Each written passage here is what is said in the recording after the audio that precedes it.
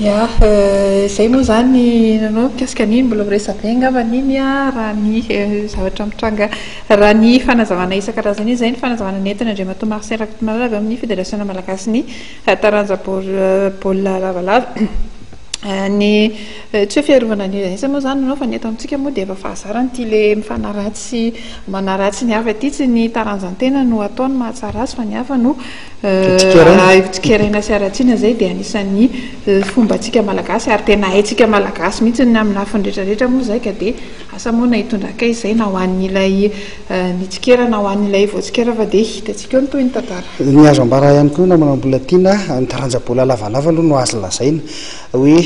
amin'ny taranja iraisana no efa nandrombaka izany tombotaka ny Afrika izany na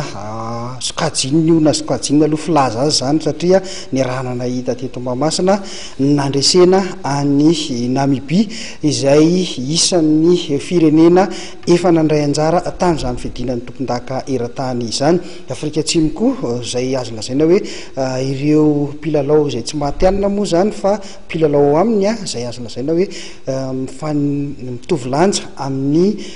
division voalohany izay farisitsika ihany koa teto Mahamasina zany hoe tsy misy zany izay raha fahafantarana azy izay atao hoe division faharoa na division fahatelo zay aty amin'ny sehatra avolenta aty amin'ny sehatra afrikanina satria ny taranja baolina lavalava dia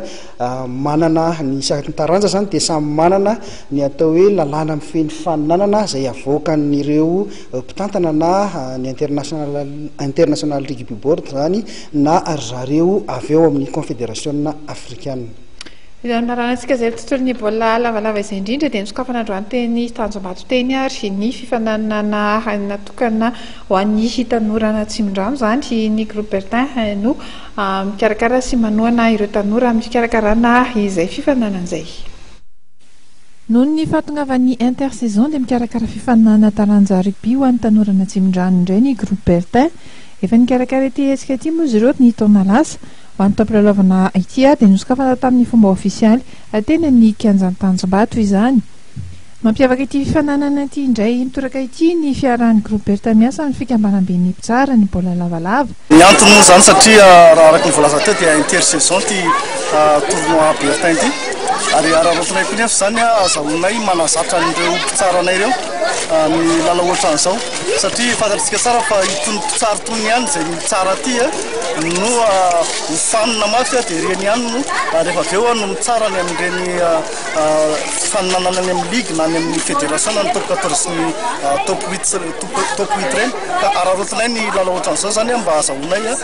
manazatra n'ireo mpitsaranay ireo. Raha misy zany fangatahana ao anatin'ny intersaison ve tsy sisy fanavahana ny fandraisan'ny corps arbitral anjara amin'ny fitsarana baolina hafa. Tsy misy fanavahana izy fa rehefa mahazo alarana fotsiny amin'ny section na ny ligue na ny fédération dia mandray anjara foana izay.